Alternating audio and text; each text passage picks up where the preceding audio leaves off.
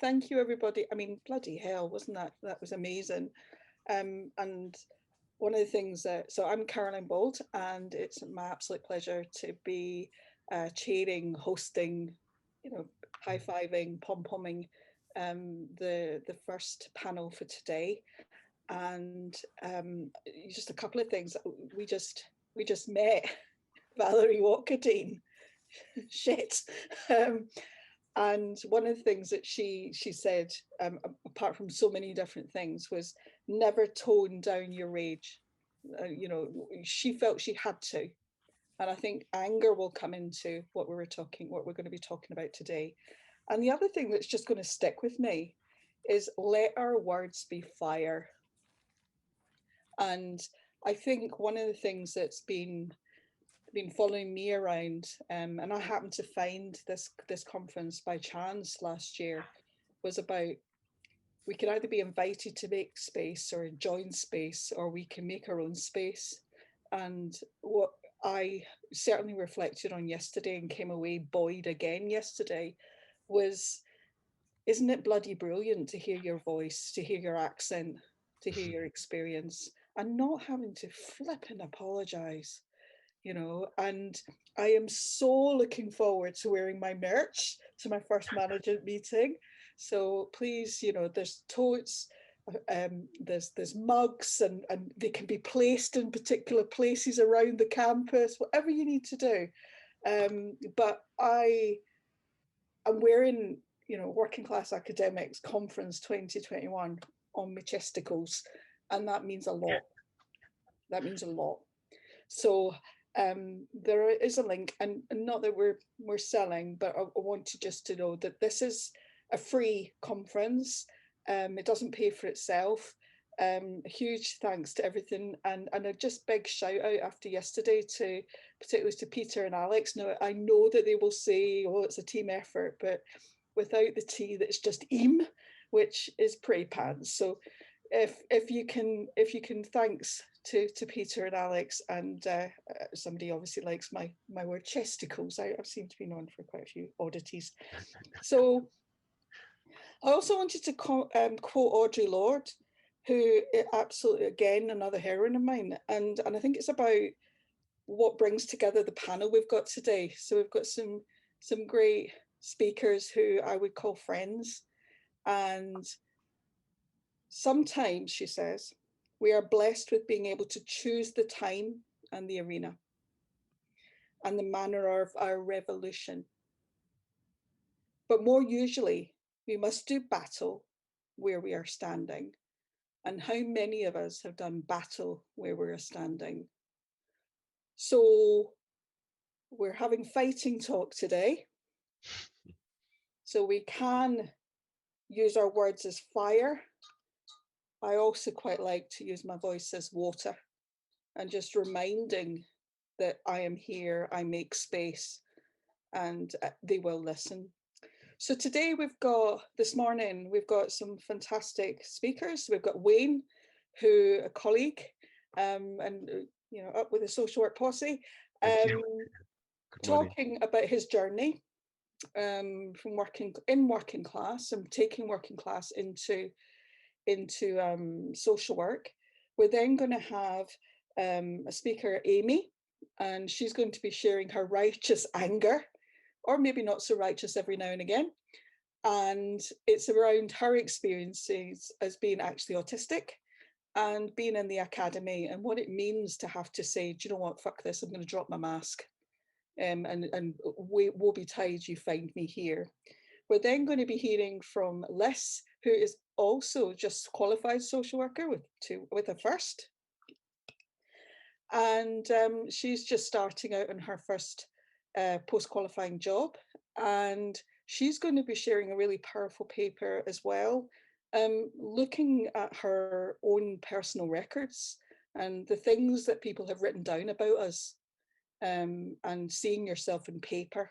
So she's going to be talking about what it means to be told you've got a spoiled identity, and how often as a working class person have we been told that we speak too loudly, we speak too softly, know your place, speak up. and so she'll be talking about that. And last but not least, my friend Kaidong, who's joining us from China this morning. And thank you so much for the work you have done to really expose the intergenerational seeds that we carry with us through life, and the things that my mummy taught me by not saying a word really has stuck with me. So I am chuffed. We're going to please put questions in the chat, comments. Praise be all the love in there. I've said I will be watching chat. I'll be watching questions, and we're going to just have quick presentations around 20 minutes roughly each. And then towards the end, hopefully we'll have a panel discussion where we can answer your questions and have a good old chinwag about what it means to have been here. So if I can pass over to the first speaker, and that's the lovely Wayne. Thank you very much, Caroline.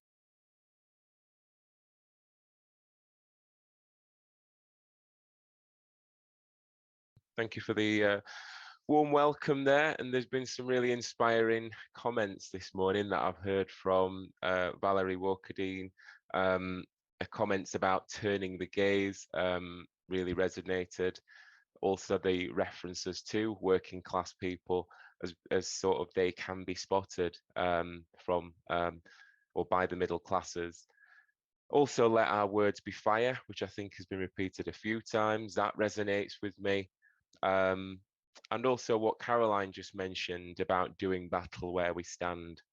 And I'd like to think that some of my work over the last 12 months or so certainly fits hand in glove with that. So without further ado, I'll get to my presentation, which is about my pathway into social work. I've labeled it Ambition Navigation, which is a title I gave to my story of coming into social work in the book Outlanders that some of you might be familiar with. I hope you can see my screen there. Can you give me a little? Yes, we can. Perfect. Yeah, great. So I hope, thank you. I hope that that initial slide gives you some insight as to where I'm coming from in terms of my personal and professional experiences. This is quite a personal presentation for me, so I'll try and not get too emotional. I don't tend to swear, but forgive me if I do. All right, so here we go. So what you can expect, I'm going to share with you a mind map of my working class childhood and upbringing, which, as I say, is quite emotive in many ways because, you know, as this is the same for many people, there's been a number of challenges and obstacles, both personally and professionally, but I will share what I can with you in that slide. I'll also give you a chronology of my social work experiences, as I mentioned from the story Ambition Navigation in the book Outlanders. I'll also enlarge a little bit about how being working class affects me now later on in my life. And then there might be opportunity for questions at the end if I don't ramble on too much. So here's the mind map that I promised. Starting in the top left-hand corner and moving clockwise then. So both my parents were in fairly low-paid jobs and unpredictable jobs growing up. My mum has made curtains for many years for different companies. She's very skilled in doing that and has undertaken kind of private work and things. But it has been, I guess, a skilled job, but an undervalued job. And as curtain making has become more and more manufactured as opposed to bespoke, I guess, it is something that I guess could be regarded as a dying trade, certainly reduced trade over the years, which is quite sad. But, you know, she is in work, and like me, she's thankful just to have a job, and she works hard. My father, similarly, is an upholsterer. So he makes settees, and again, very skilled work, sort of thing that most people couldn't just turn their hands to. But again, similarly, it's been a sort of dying trade in many ways, or massively reduced by the likes of larger manufacturers and outlets who can, you know, produce them in greater quantities and for cheaper prices for the end user. So again, very similar trajectory for my father, but they're both in stable work and have been and pride themselves on always being in work and so on, and being able to work, I guess, as well. So I'd like to think I take my work ethic from them. Growing up, there were periods where I was, I had to access sort of state benefits, or as a family, we had to access state benefits. I was on free school meals and things. I think that was sort of fairly intermittent, really, throughout my life. It wasn't something that was constant, so I don't want to catastrophize my upbringing. But certainly, there were some testing and challenging times. And actually, I don't have any shame with regards to saying that, we have had to access those resources at times. I think also, though, it was very different during that era when I grew up in the 80s and 90s with regards to people accessing state benefits. I think it's probably only in the last maybe 10, 15 years that there's developed this kind of stigma, certainly from my perspective anyway. Okay, so I went to a local comprehensive school. My main focus was football at lunchtime. There weren't many black kids or children of colour that went to my school. It was a very urban area. I'm from Sheffield, you might be able to tell from my Yorkshire twang, and I grew up very close to the Sheffield United football ground. So very much inner city. Quite diverse, but probably not as diverse as what London is, but diverse for a northern city. And the school I went to was predominantly white, but there were a few brothers and sisters there. I found in my particular year group that I was kind of different, not just because of my skin color, and I was the only black guy from what I recall in my year. There was one other black girl.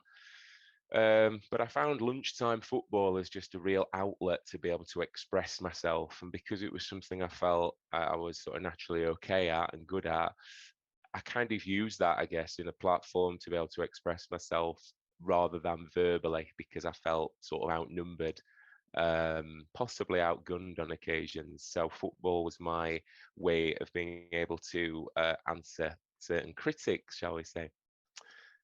Also, I was a bit of a geek, although I knocked about with fairly, shall we say, popular kids. I wasn't really that popular myself. I think I probably got carried on some of their coattails, if I'm honest. So I was fortunate enough to be able to play both sides of the fence. And more positively, because of the persistence from my mum, I made sure that although I wanted to be a footballer at that stage, I made sure I carried on with my schoolwork and did what I needed to do, and was fortunate enough to come out with what was it, 3 A's, 1B, and 5C's. So I was a bit of a geek thinking about it. I remember asking for extra homework in class and getting stuff thrown at me from friends and classmates. And I was kind of quite hungry, really, because I suppose I knew that in order to kind of develop my life and achieve some of the things that I wanted to do, I needed to knuckle down, and that was something that was drilled into me from an early age, and that I took on. When I got to the latter years of comprehensive school, I realised that further education wasn't realistic for me, because, as I said, my family was fairly skint. And nobody from my family had been to university. So, that was for those people, not necessarily us. So I bounced around from job to job for many years, which I'll not go into lots of detail about. But before I got into social work, let's just say there was a number of administrative jobs that I had. The times were very different, the era was very different, and it was a time when actually you could fall out of one job into another. There was a kind of an abundance of work for different socio and economic reasons. Obviously, things are very different now. As a young adult, I enjoyed freedom, and I enjoyed football, playing that, but also nightclubs and music and girls and drink and all the stuff that you can imagine that young men, get up to during that time of their life. And it's a time I look back on fondly, and I think it shaped me a lot, both in terms of how I am now personally, but also professionally as well, and being able to relate and understand and empathize with people. I had friends from very different ethnic and socio-economic backgrounds as well. Although, racism still existed, it wasn't something that was at the forefront of my mind all of the time. And I had friends from all sorts of different ethnic backgrounds, predominantly white, if I'm honest, because Sheffield is predominantly white. But I also had friends, from different ethnic groups, different class groups, some whose families were certainly far more affluent than mine. And it gave me just a real insight into how different social groups function. So again, that's something that I brought into social work later on in my career. I developed a strong sense of my self-identity from an early age, and I recognized that in many ways I was different to some of my brothers and sisters, my peers, and I think that highlights some of the diversity within cultures. But because of my experiences, I was also aware of the diversity between cultures as well. And I guess I've always had a natural sense of kind of self-confidence, bordering on overconfidence, my wife might say. But from an early age, it was kind of that self-identity really that kind of just gave me a real centering. So although I had my knocks, I kind of felt resilient enough to kind of bounce back with support from others. I talked about the era during that time growing up that I grew up in. Very different world now, I have to say. But it was around the time of New Labour, Tony Blair. Things can only get better. I don't know if you remember that soundtrack. Um, and it just felt like a really optimistic socio-political time during that time. So again, I talked about the abundance of jobs and the different opportunities, and it felt from my narrow perspective on life at that time that there was opportunities for positive discrimination to some degree, which I tried to maximize the best that I can. And some of that I've captured in the written version of this story in Outlanders, the book that I mentioned. I talked a little bit already about the multiculturalism at that time. It just felt that my local community, society, the people I interacted with, I'm not saying everybody was on board with that, but it just felt that there was a stronger sense of, cultural diversity and a kind of acceptance and tolerance, which doesn't really seem to be replicated today. Going back to my parents and in terms of their styles of parenting, it was a very traditional Jamaican approach to parenting in that there was a high prioritization of education. I probably absorbed that looking back. I took that really to heart. And as I say, I did a lot of proactive stuff, probably a bit geeky, but stuff that I found really interesting, stuff that I just kind of consumed myself in. And yeah, it just really gave me a sense of myself and the world. My parents were quite strict when I was quite young, not so much when I was a teenager. They gave me quite a bit of freedom there, although I think they were mindful of some of um, the pitfalls for young black males out there, some of the perceptions around the criminal justice system, the mental health system, and some of the other, general worries that people have for their young sons going out into the community. But when I was younger, they were far more stricter than that. And I did get the odd slap. I did get a clip round the ear. I know the world is very different now. I don't subscribe to that style of parenting with my own children, but it actually helped me for the person that I was, in all honesty, in that there were lots of potential pitfalls, and I managed to navigate those, fortunately. And I think I can only really attribute that to their discipline and their kind of straightforward approach to life. I suppose I should reiterate at this point that my family's heritage is Afro-Caribbean. My grandfather came over to England from Jamaica in the late 1950s, and I'm second generation Black British. And again, that's something I'm really proud of.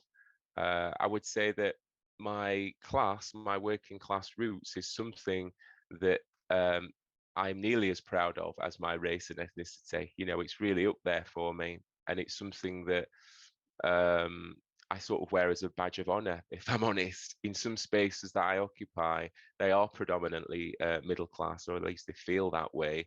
And I do find that sometimes, almost inadvertently or subconsciously, I'll find myself wearing my working class badge without really realizing it.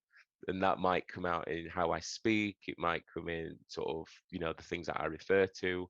But I am very proud of being working class, as I say, nearly as proud as being a black guy. And I've already talked about us growing up. We lived on a predominantly white council estate in Sheffield, and interesting times. I actually lived in two different council estates in Sheffield, so I've got a kind of a dual experience as a young person. And it just gave me a really, really interesting introduction to real life. I think it was a great foundation, really, for everything that I've gone on to do after that. So thank you for bearing with me there. I'm conscious of time, so I shall move on.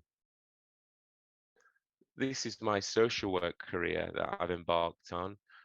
Starting from the bottom, I'm not going to go through each one verbatim just for brevity, but you'll see there that I started out in administration, then worked for the National Probation Service on a specific project, then worked at Sheffield Youth Offending Service.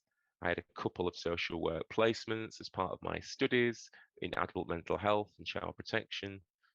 I then worked as a young person's advisor, working with care leavers.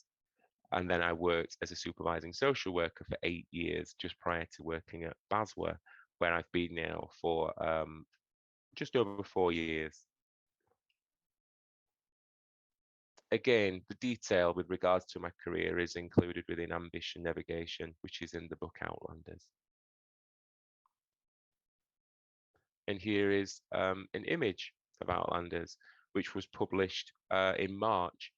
It's an anthology that I compiled and edited with Siobhan McLean, who is a publisher and social worker and social work educator. Outlanders is the hidden narratives from social workers of colour, and it includes essays, stories, poems, and other miscellaneous works, including my own, but there's contributions from many, many social workers across the UK. So shameless plug, I'd encourage you to have a little read. How does being working class affect me now?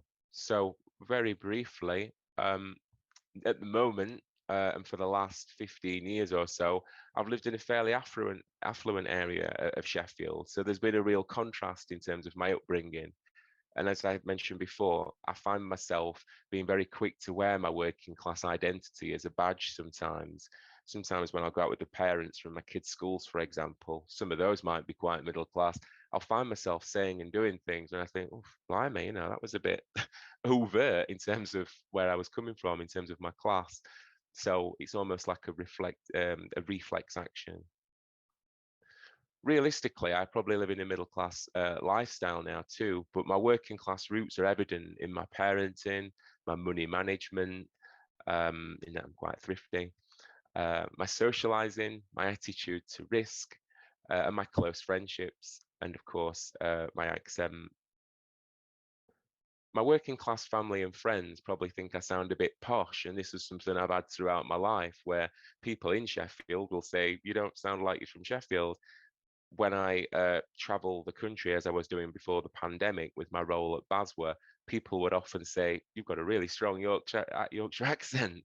So yeah, so I've always been caught in the middle to some degree, but you know, I can live with that.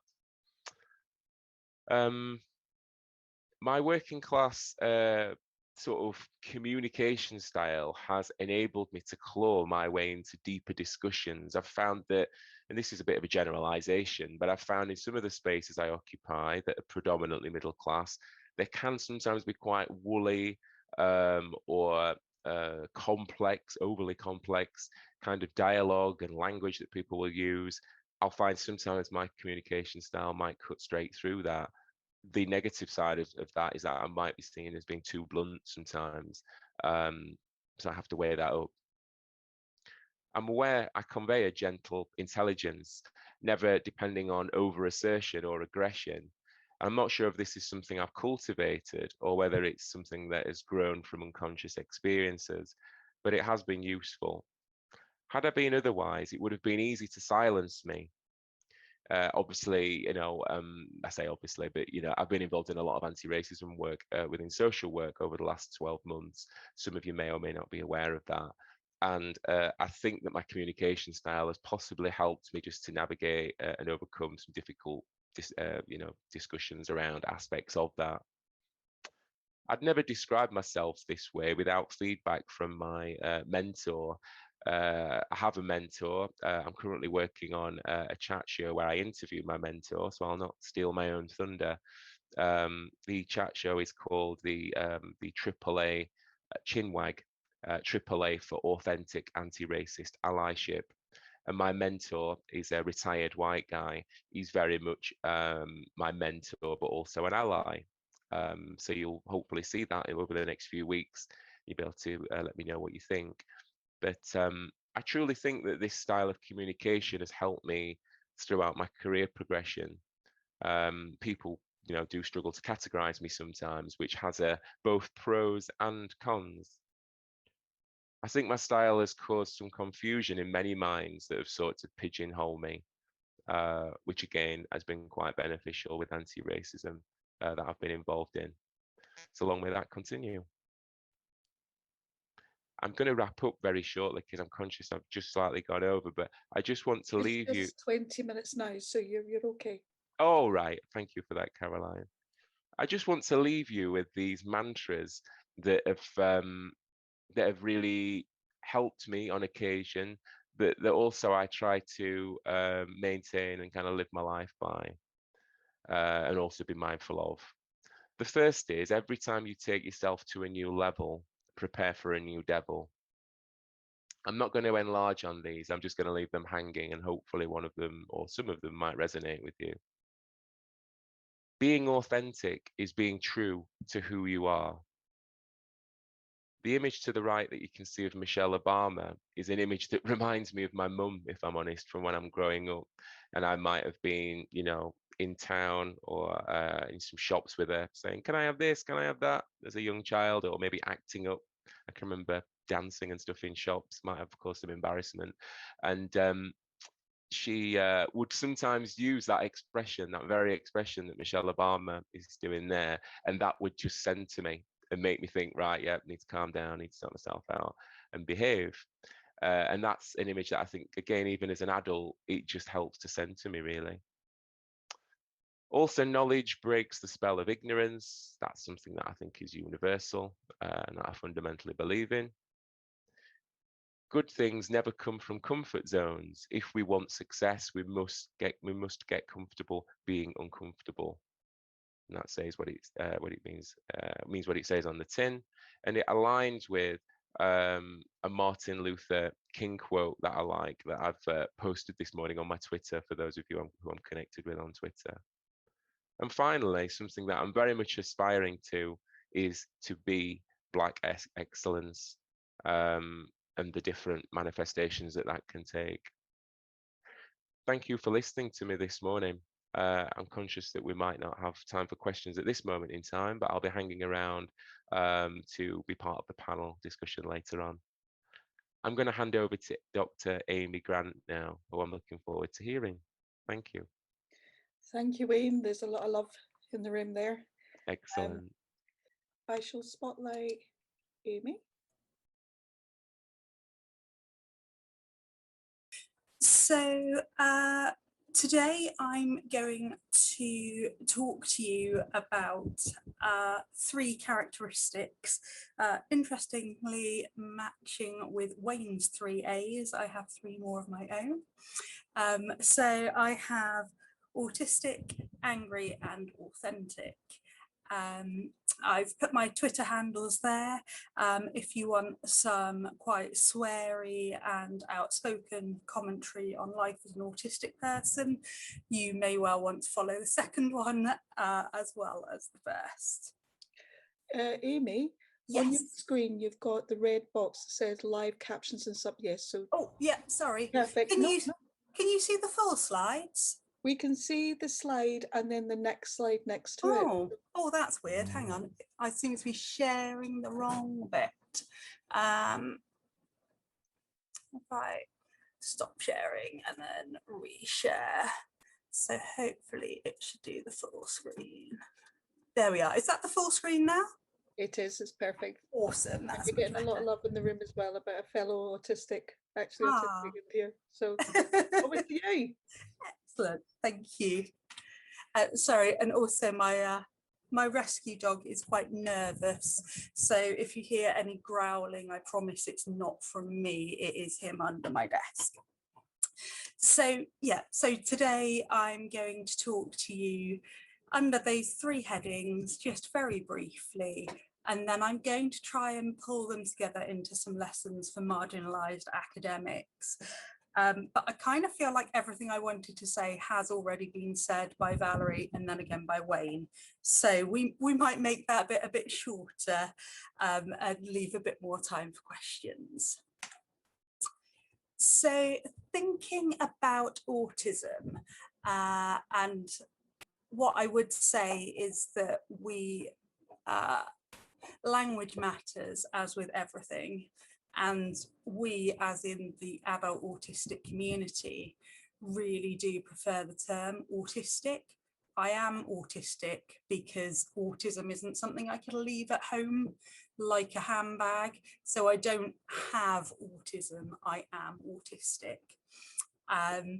And I definitely, well, I probably do have some sort of disorder. I have various disabilities, but autism isn't a disorder. So the term autistic spectrum disorder is actually now seen to be quite offensive.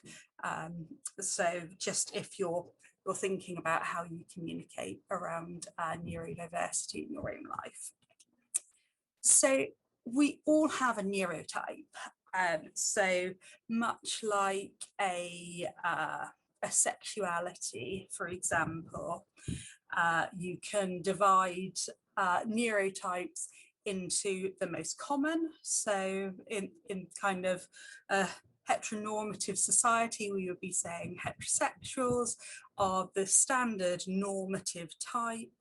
And then you've got a whole bunch of other folks who fit under the rainbow umbrella of LGBTQAI+.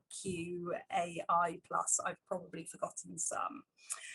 And neurodiversity is like that as well. So 75% of the population are neurotypical and 25% are neurodivergent.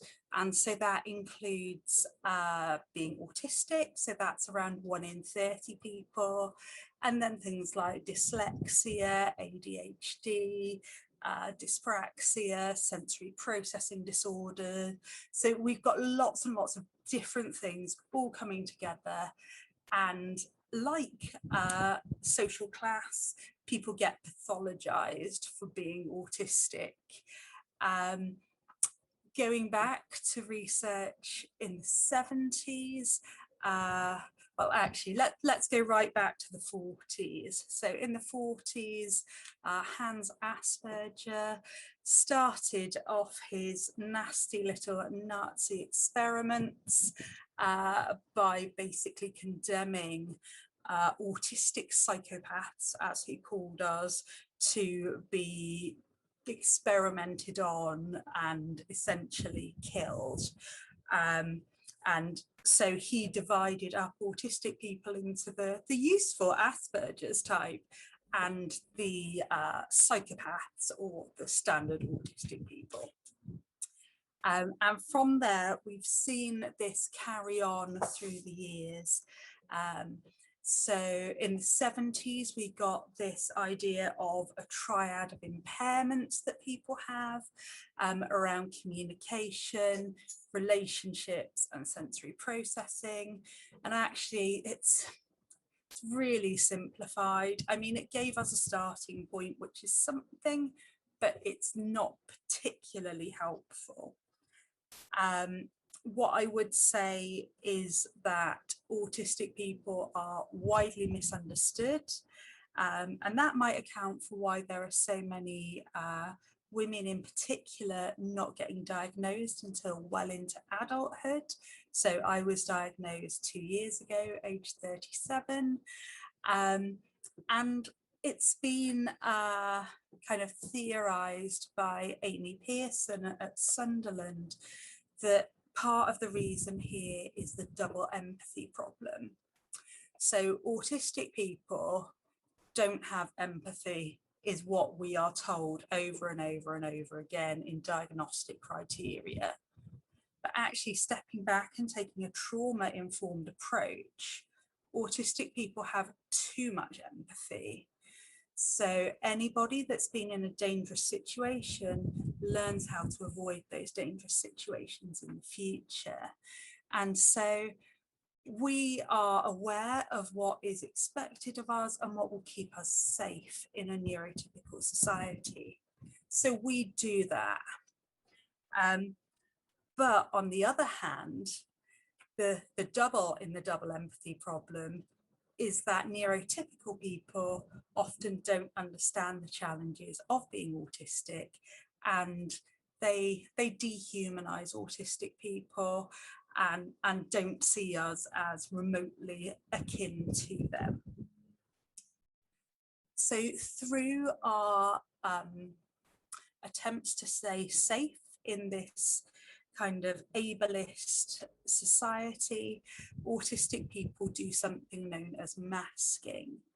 And it's an intense form of method acting. So at any one time, you would have an ear out in 17 different directions, hearing everything that's going on.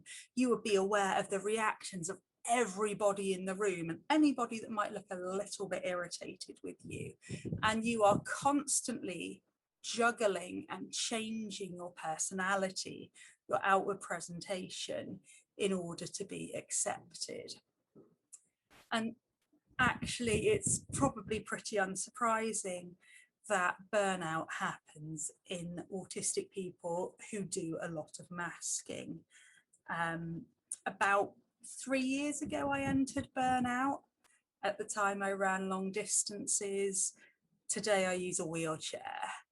My body doesn't work anymore because my burnout was so significant and serious.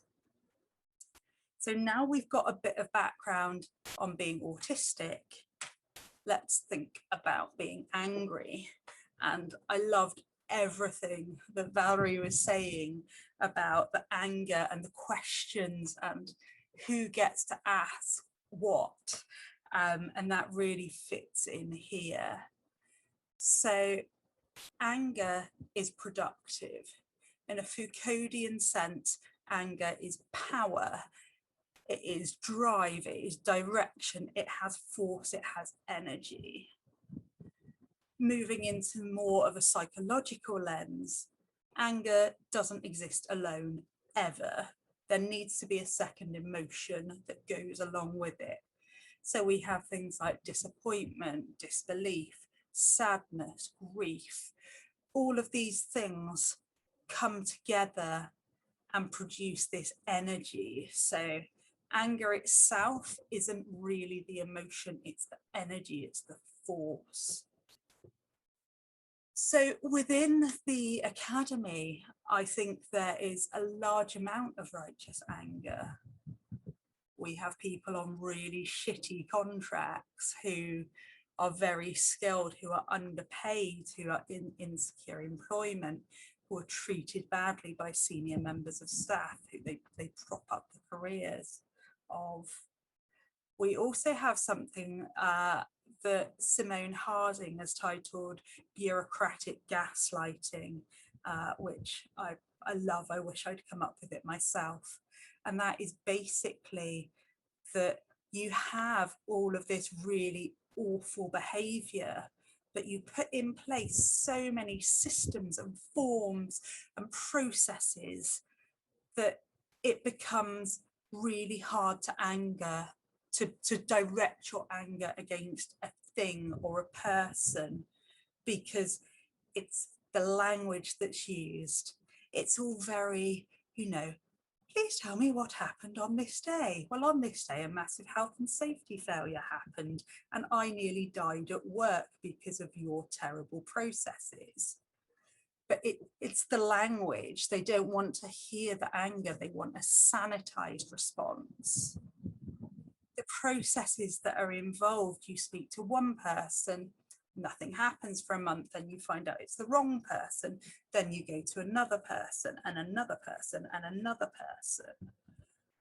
When I was experiencing a really challenging period of disability discrimination at Cardiff University, the process of having my original reasonable adjustment of quiet space removed, to me getting an exit offer of £25,000 and don't you apply to work here again, which I managed to negotiate down to don't you apply to work here again for 3 years, took me over 3 years. It took a lot of lawyer time to get me to that point. So these processes, these delays, these barriers, these roadblocks, they're just stacked one on top of another, on top of another, on top of another. And Sarah Ahmed's work on complaint is really relevant here, I think, as an academic that left the academy because of a complaint gone wrong. Her work in this area gives us lots to think about, and to think about actually how should we engage with complaints? Should we do the right thing, or is that just playing into their hands of keeping us busy, trying to burn out our anger, because anger can't last forever. Instead, it turns inwards and becomes self-destructive. It becomes addiction, it becomes suicide, it becomes mental health collapse. And so these sorts of processes, this bureaucratic gaslighting, is really, really important in dampening our anger. It is the fire extinguisher. So moving on then to think about being authentic and taking off the mask. So taking off the mask is something that autistic people talk about quite a lot in terms of, I'm not going to mask anymore. I want to sit and fiddle, as I am today with my beautiful little shiny sequined heart. I will sit and fiddle. If I want to colour my hair, I will colour my hair. I'm going to do these things that mean the mask can't go back on as easily because I've made myself other in a more authentic way. Aimee, that's 5 more minutes till 20 minutes. Lovely, thank you. And so when we're taking off the mask, it means you can't put it back on so easily. It's like it distorts and it doesn't really fit anymore. And the anger can't all fit back inside because there's so much it can't possibly fit. So instead, autistic people who take off their mask call out gaslighting. And it's one really great thing about being autistic is that you take things literally. And when someone says something like, well, you should have known about X, Y, Z, you can say, well, why? Who told me about X, Y, Z? Where does it say that? And just refusing to internalize the shame. Sorry, I've got a slightly barky dog. He doesn't like people being discriminated against either. Another thing that you can do that I think is really powerful is to reintroduce working class speech codes. So it's going back to that language, to those forms that you have to fill in, the endless crap, and just saying, no, I'm not going to do that. Something that I find quite amusing is a critique of mine, let's call her, took to policing my Twitter account and pointing out when I had sworn. And actually, I was still pretty masked at the time. I didn't tend to swear. But I would retweet things, and I would retweet things about children being kept in cages, you know, effectively starving working class people, you know, throwing people in prison for things that really aren't very important or dangerous, for inequality. And that person was more offended that I retweeted the word fuck than about children dying in custody.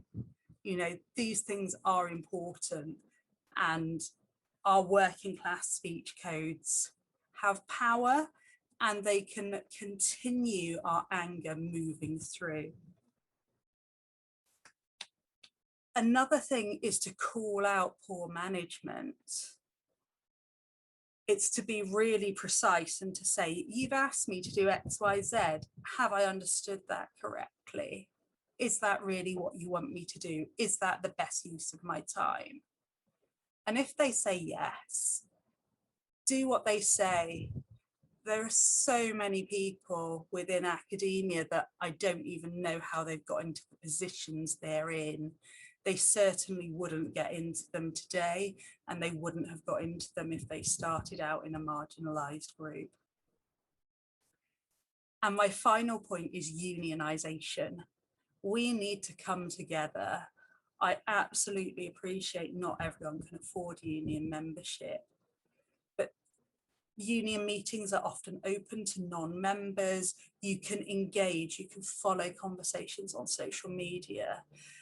You can informally unionize.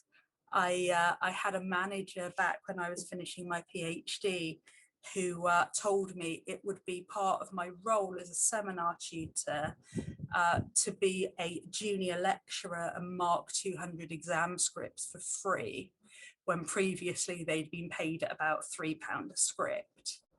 The other person teaching on the module wouldn't stand with me. I told him I wouldn't be doing it. I would be doing it if I was paid, but otherwise I wouldn't. Had we stood together, we would have had much more power. Instead, I had to worry about possibly losing my income from teaching that module.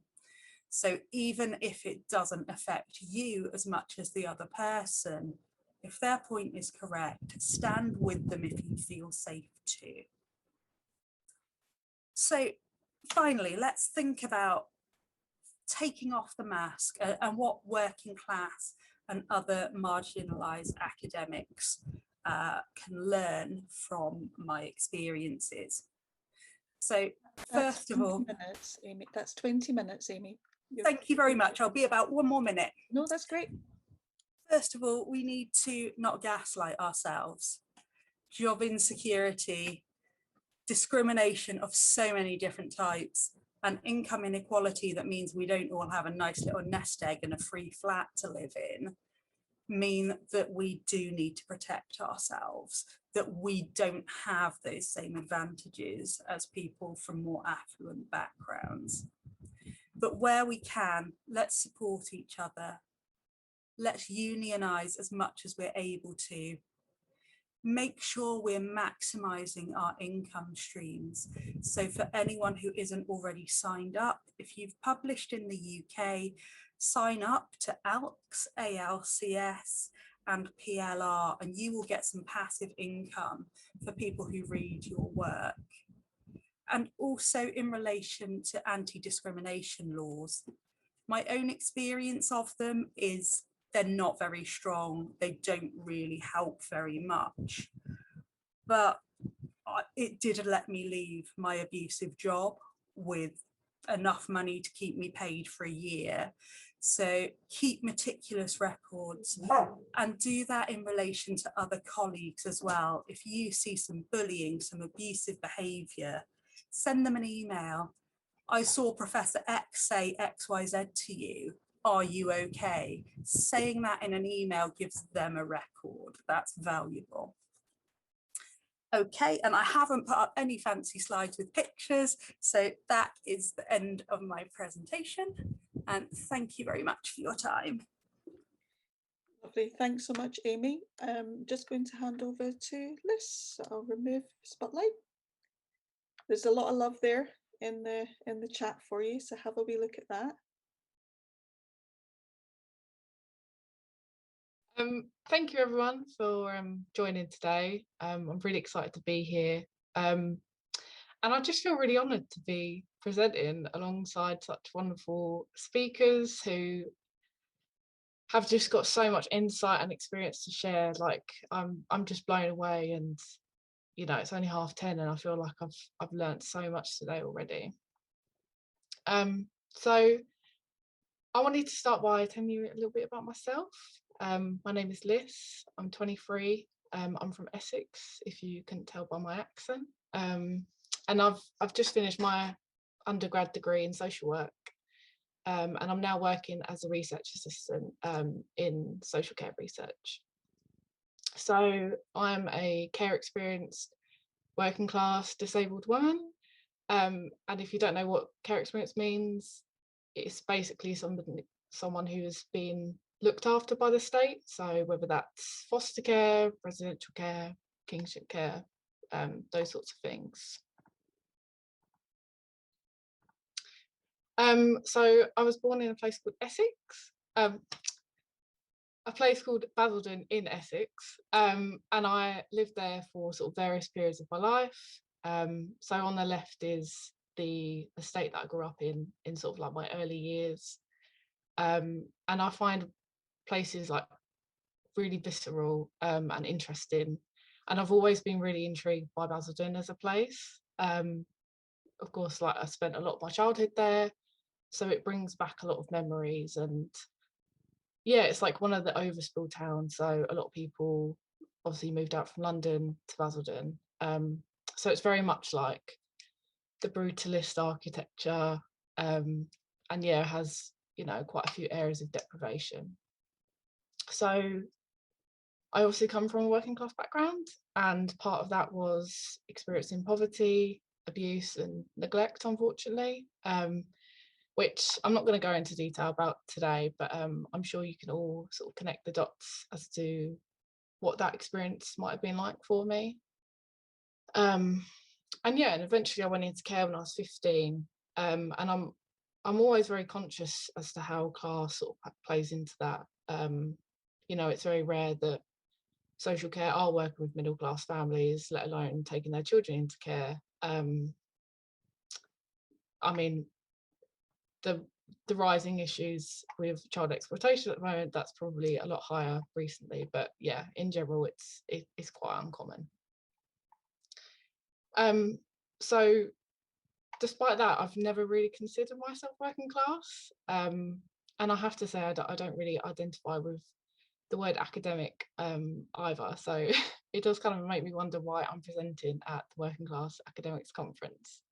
But I really wanted to unpick this because I think identity is interesting, and I think as much as the labels that we use tell us a lot about ourselves, equally I think the labels that we choose not to use can also tell us a lot about who we are. And I guess the reason why I've never really identified as working class is because I've just never really had to. You know, until recently I've never really been in a space where I felt like I've had to. You know, I've went to local schools, the local sixth forms. I went to my local university where everyone talked like me. You know, it's not one of the elites. But I am starting to see that world a little bit now. And I'll sort of explore that a little bit later. And I guess it's the same with being disabled. It's been a really long journey for me to accept that identity, and it still feels weird to say I'm disabled, even though that's been the case since, you know, I was 14. So the only identity that's ever really resonated with me has been being care experienced, and I guess it's because it's a bit in your face. You know, you're under surveillance 24/7 by social care, so you can't really escape it. So yeah, I guess it was only natural that my undergrad dissertation was on care experience identity, and I found the process of researching it and writing it really cathartic. It really made me reflect on my own identity and, you know, actually I could see myself in what I found. So one of the themes of my dissertation was sort of like the idea of a paper self. So like the social care records that are constructed about you when you go up in care, you know, they just never end. People are always writing about you. People are always talking about you. And a lot of care experienced adults will choose to access them at some point in their lives. So the day of my 18th birthday, instead of sort of celebrating the day with family, I guess that's what people do, I put in a subject access request so I could get my social care records. And this was something I desperately wanted to do for a really long time. You know, I wanted to know what people had written about me. And I also just wanted to understand my own journey a little bit better. And I think I was so traumatized by my whole childhood that, you know, my memories were quite hazy. And I also felt really let down by my local authority. And even though I was 15 when I got taken into care, I still just didn't really understand what had actually happened to me. And I think there's also an element of wanting to reaffirm your truth, like particularly if you were gaslit or made to feel like no one really believed you. So that's what I did on my 18th birthday. And then a few months later, I got my USB stick in the mail. And I spent days and days reading my case files, like almost to the point of obsession, because I just wanted to know the truth. And what I found wasn't the truth. You know, it wasn't my truth. It was someone else's narration of my story. And when I was a teenager in care and shortly after I left care, I really felt like I knew who I was, like stubbornly so. And when I read those files, that person that I thought I knew had just sort of evaporated, really. It was pretty traumatizing to read. And so the image that's on the slide is a piece made last year called Redacted, and it's entirely made up of words that were used to describe me in my social care records. Some of my personal favourites are manipulative, delusional, dysfunctional. When I was making this piece, I was going through my records again to sort of find this language, and after a while I just had to stop because I was just re-traumatizing myself, and there was just so much. I wanted to highlight this paragraph because this is the one paragraph that for some reason has always just really stayed with me, and it affected me for a really long time. Sorry, let me just move this box so I can actually see it. So I'll read it out for everyone. So it says, Alyssa appeared to be open and positively engaged. She did not present with a low mood. She described her social circumstances to be unbearable and that she had had enough. Her tears did not appear to be genuine, and it required a lot of coaxing to get to go home.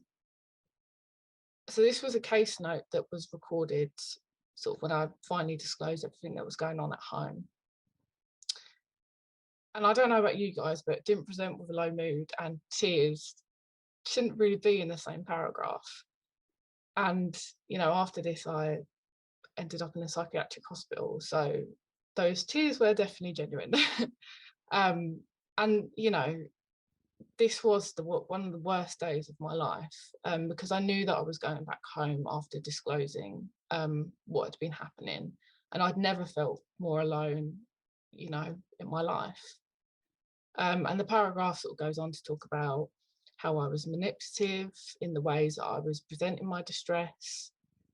And it just makes me really sad that this is how one of the worst days of my life was narrated by someone else, just a stroppy, manipulative teen rather than the terrified girl that I actually was. So, sort of reading my case files, messed me up for quite a long time. And I internalized a lot about what was written about me.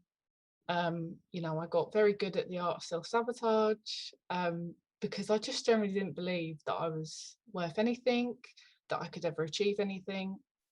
And whenever I did something good, you know, those words on the page, you know, that's all I thought about. And I just felt like there was something wrong with me. Somehow I managed to get into university. I did fail my A-levels, but I still managed to sneak my way through. And it's actually been a really transformative experience, because it's made me realise what I can do. And I still hear those words in my head, but I feel like now I hear a lot more positive ones. And it was really weird to write my dissertation about care experience identity, because I was literally sat there writing about how 6% of care leavers make it into university, and it's like I'm here sort of rewriting my own identity. And some days feel more real than others, but yeah, I guess it's a process. And this is a little picture of me with my little turn it in submission. I was a bit gutted that I couldn't get, you know, the uni pick, but it will do. I wanted to speak a little bit about imposter syndrome and why I don't really like the term. Because when I think of imposter syndrome, I just think, oh, another thing wrong with me. And I just feel like, can we please just stop pathologizing what is a very natural reaction to people like us, for people who are literally disrupting intergenerational cycles of trauma and poverty? Like, that is really heavy work.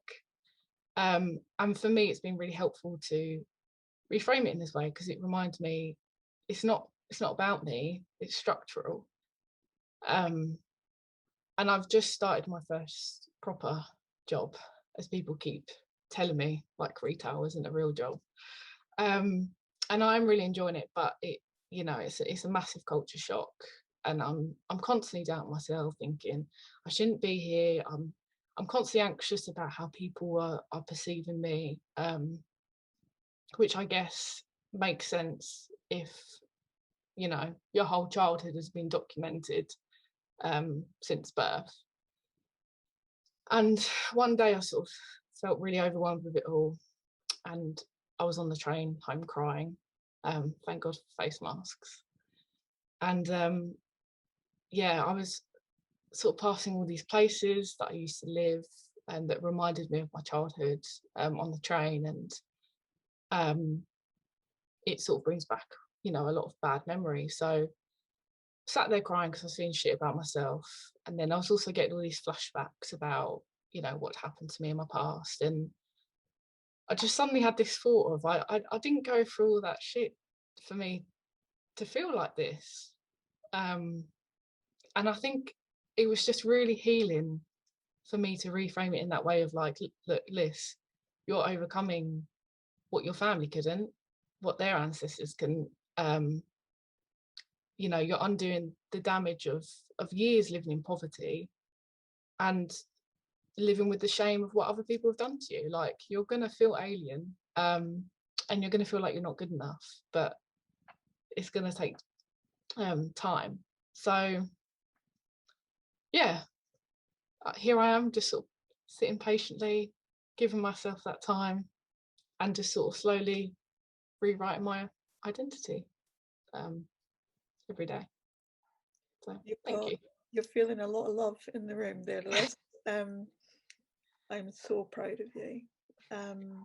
And you have a couple more minutes if you've got anything, or if you're happy to leave it there. It's entirely for you.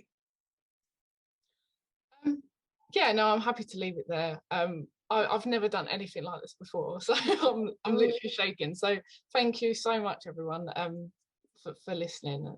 Yeah, it's been great. When you come off, so if you stop your PowerPoint.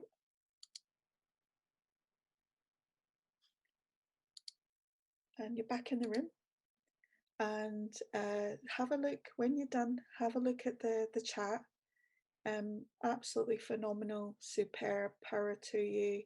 I think I sense there's a few whoops as well. So yeah, just soak it in. Absolutely, so fucking proud of you.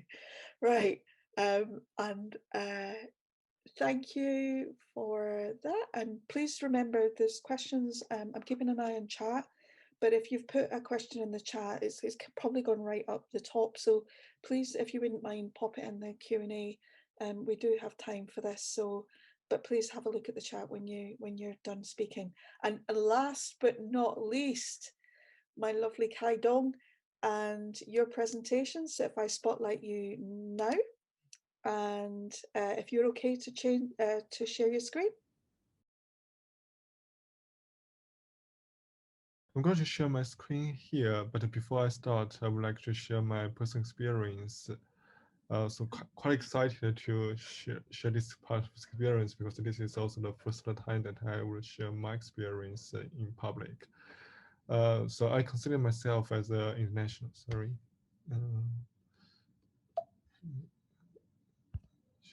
so, okay, I think it would be better just talk about my personal experience here and then move on to the presentation.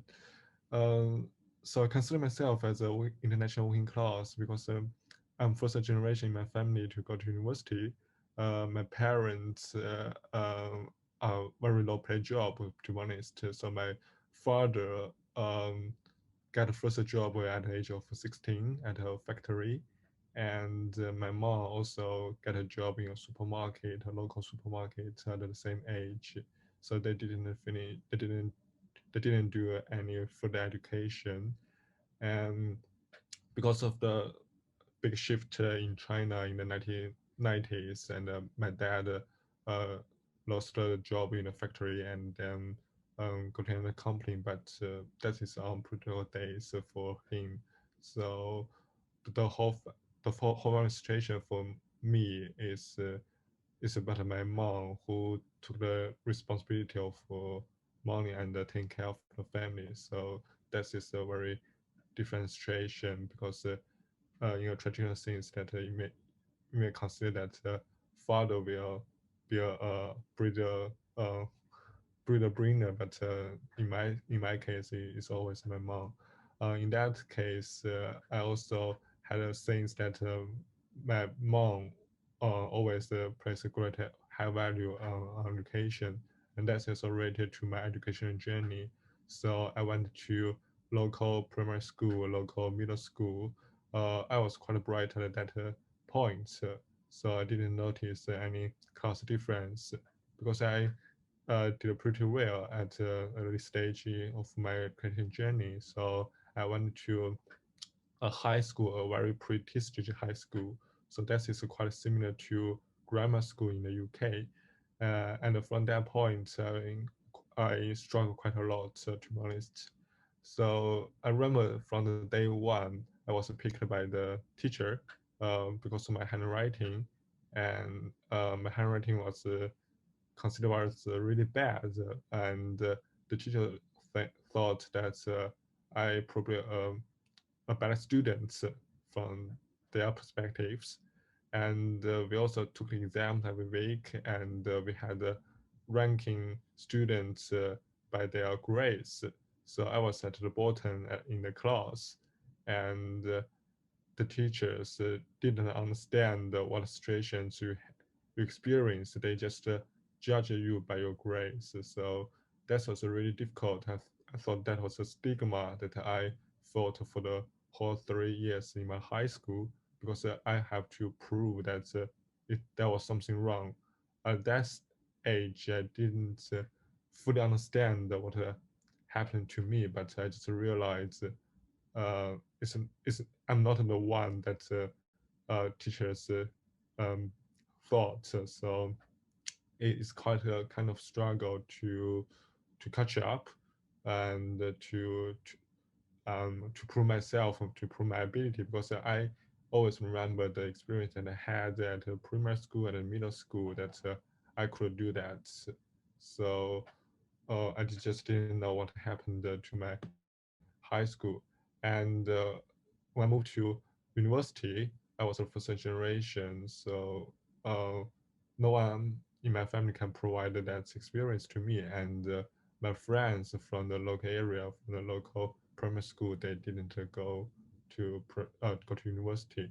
So it's quite similar to the experience of working class students in the UK. And but the sociology is a subject that helps me to clear up a lot of things in my life journey. So I understand what really happened to my high school, and that is related to a class, how class affected my experience. So one example that I can share is about school uniforms. So this is also a similar experience that many people may have had. So we have school uniforms, but students in the class have personalized shoes. So students in my class will compare their shoes in terms of a class, in terms of uh, the wealth that the family have. But at that stage, I just feel belittled from the shoes I wore. So that is related to the experience of class, and but things gets a little bit better when I do sociology. So because it's very interesting because sociology explains lots of things to me, to my experiences. So I quite love this subject, and I also did very well in my undergraduate, and for that reason. Uh, I got a chance to study in the UK, and now got a chance to do a PhD in the UK, and this is fully funded by the university. Um, so I think maybe that is the inspiration and related to my life experiences. So my PhD research now is researching intergenerational experience of education to understand the different patterns of working class students transition to university across different generations. And the schooling experience will be a core aspect to explain the different education trajectory. So now I will share my screen. Yeah. So now I'm going to present my preliminary research finding. Uh, so if you look at the background in the UK, so the average size of public sector schools increased since the 1944 Education Act. But remember that from that point we have different three types of school according to school purpose. But in fact, grammar school were designed for middle class students. So many working class students ended up in modern schools. So next slide, you can also see the dynamic of different school types, and you can see that the number of grammar schools decreased over years, um, but the comprehensive schools increased. If you look at here, the number of university degrees in the UK. So since the 1990s, there was a rapid increase in the number of students getting degrees. However, class difference maintained if you compare the students from different class background. So there are almost 20 to 30 percentage of a gap between those from privileged background and those from working class background. So that is also related to my experience, and I would like to explore um, how those working class students from different generations to go to university. So if you look at the literature, there are two distinctive explanations. One is rational action theory that which is people make choice about education based on their resources that they hold. So for working class children, RIT suggested that they would face higher risk and cost to attending university. So their rational choice is to find a secure position, which may often be lower than their potential. And explanation, sorry, an explanation is Bourdieu's framework. So for Bourdieu, class cultural preference favors certain course of action as a way of doing what feels right, natural, and for them. So this different to RAT did produce a framework to explain working class experiences like fish out of water is about their working class habitats because their habitats is and also with the middle class field of education. So that explains why students from working class background are less likely to fit into university as a middle class field because of unfamiliar social codes and norms.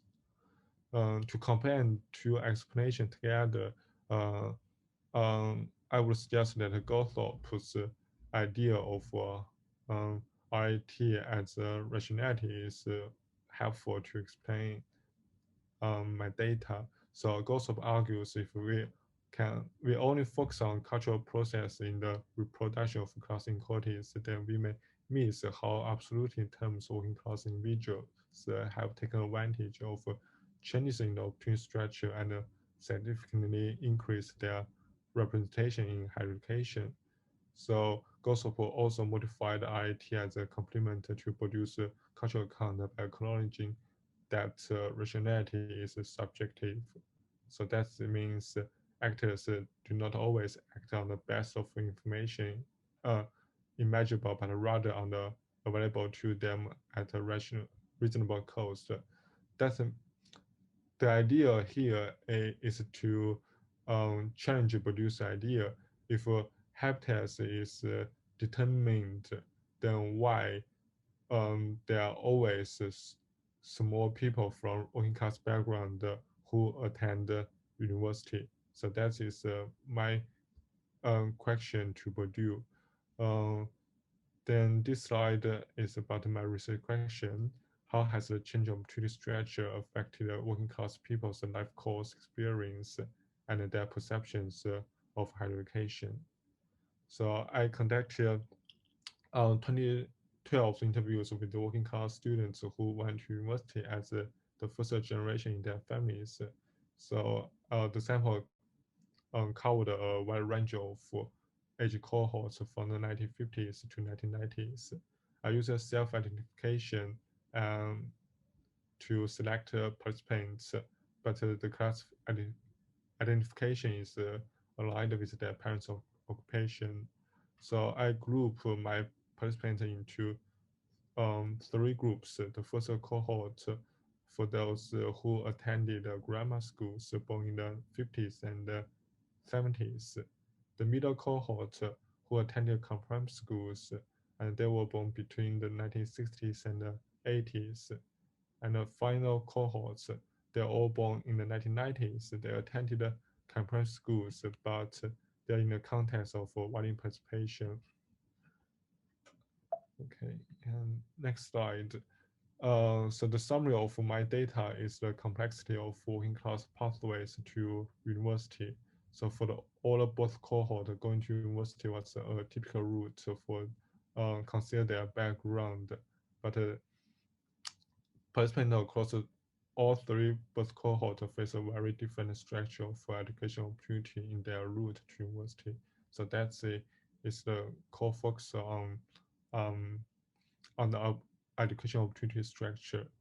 So we can see that the school experience is quite different across three cohorts. So the first cohorts, they normally went to university straight away from school, and that is related to the grammar school ethos. For the middle cohort, they were desperate to leave school and enter work, and then they went back to university many years later in their life course, that is related to the negative schooling experience. And for the final cohort, university is seen as the next natural step because they have more conversation available at the school. So now go to detail to present 3 cohorts experience.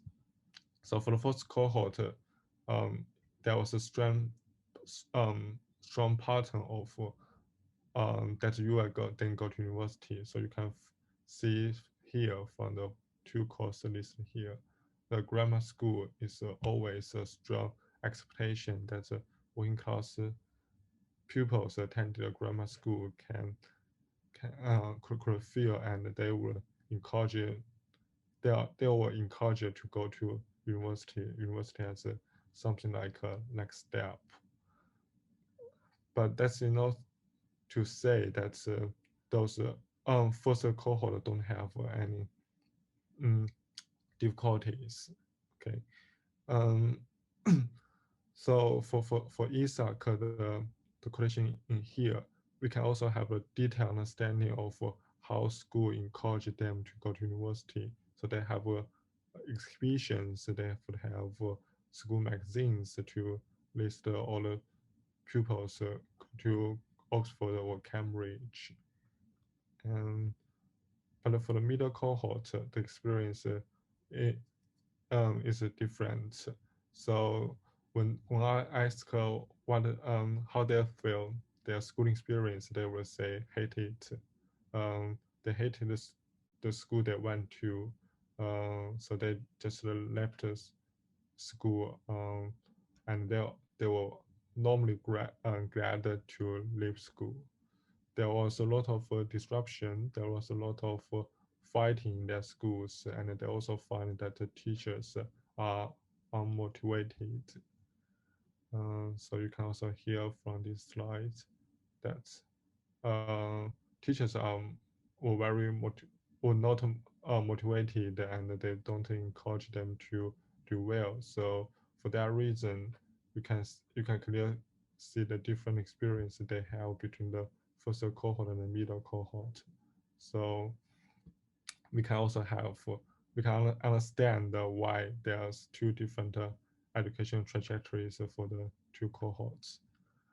And the slide here, but they would also went to university, but at that point, at school age, they just thought university was not an option.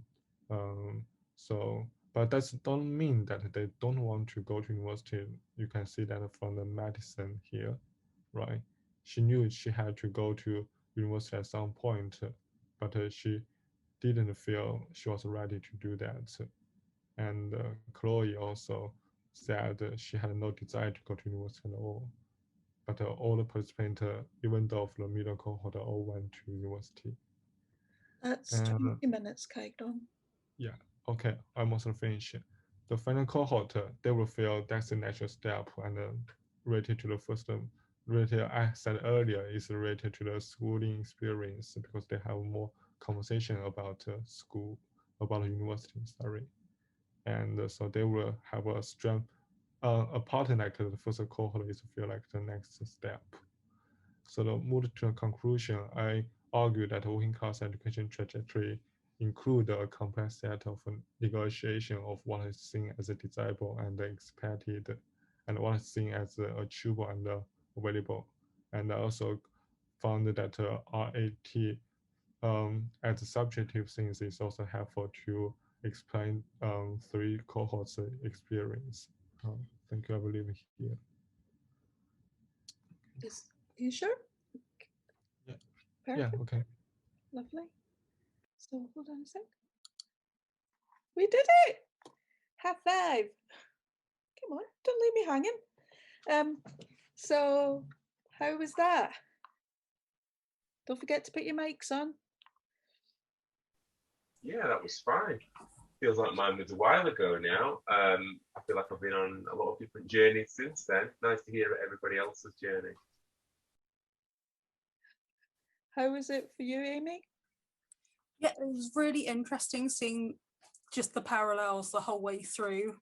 I think, you know, our talks looked like they would be quite different, but they all have that consistent theme of othering and anger and navigating hostile territory.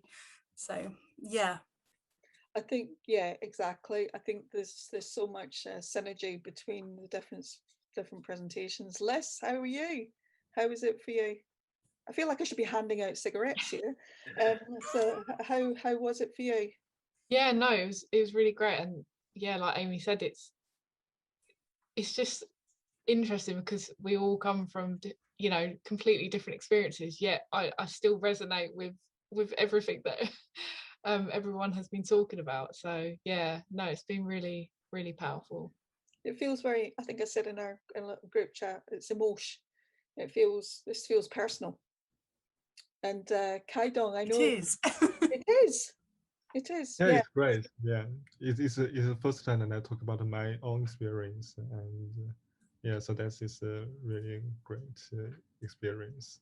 And it was really, I think one of the things that I've been struck in our conversations is that working class is the world over. Yeah. And I think that experience, and I think in the chat there was mention about South Africa and my childhood in South Africa resonated again. There's always ways and symbols, and shoes was one of those. From in my childhood, it was socks, and how socks were, you were always one step behind. Symbolized you always had the wrong backpack. There was just something. So we've got a few questions in the chat, a hell of a lot of love, and a lot of respect. So, after this, please do have a look at Twitter as well. We're on fire, so have a look there. So a couple of questions and a couple of statements. So one statement, I'm so sorry you had to go through this. And I know that was relevant to one particular presentation, but I have to say it's pretty much relevant to all four. And how many of us sat listening to that, thinking about what we had to go through to get to where we are now, and what we're still fucking going through. It's like everything we do is it. I totally take your point, Liz, about imposter syndrome. It's like, come on, when will I not be that imposter? So offshoot question about you. There's one particular question to you, Lisa, from Lisa to Liz. And you may have already answered this, and I know that there's a couple of people here from social work, including me. So are you going into social work? Are you planning to set a fire under social services? Someone like you needs to fix the system. Much love, kiss, kiss. I don't know if you wanted to say anything. Yeah, no, of course. Thank you. Do you know what? I had every intention of completing my social work degree and becoming a social worker, and I just think it's just not the right journey for me. And I think I'm very much interested in system change, and I just wonder how much you can do that when you're bogged down by the role. But no, I'm still very much interested in social work. So like I said, I'm a research assistant for an organisation that conducts research on children's social care. So yeah, so still involved. Yeah, if I could just also just say that social work, we've talked about teaching, we've talked about social work. So teaching with grades, I think Kaidong was this idea that you get labelled and boxed and coxed at the very beginning. Please also have a think and just solidarity with the way that neoliberalism is really starting to break into the educations of the working class. It's so big up for the new initial teacher training campaign and how that's been potentially dismantled. So I think it's about, are we social workers? Are we social justice workers? And I'm all my puff, I'm a social justice worker. So a question for Wayne. And I think it's generally as well. And I think what we've seen here today is just that huge intersection. And thanks, Aimee, for about autistic. I think we have some love in the room about the fact that we needed to learn, and everything's a teachable moment. And just on a point about language, Wayne, what are your thoughts on the intersection of racialization in class? And this is from Stephanie. She says, I'm white from a majority Black London neighbourhood, and I rarely see discourse about my own community, a multicultural and working class. Yeah, I agree with that. I mean, I tried, I think, to capture some of that in my presentation, that intersection, I think, is very real. I think there is a kind of varying continuum, though, depending on where you are in the country, as to which aspects of that intersectionality are kind of emphasised and magnified, I guess. You know, I hear that, what you say. I mean, it almost sounds a little bit like a kind of a sort of counter opposite maybe to the experience that I've had living in a predominantly white community, being one of very few Black people in my area, or, you know, a few Black families in my area.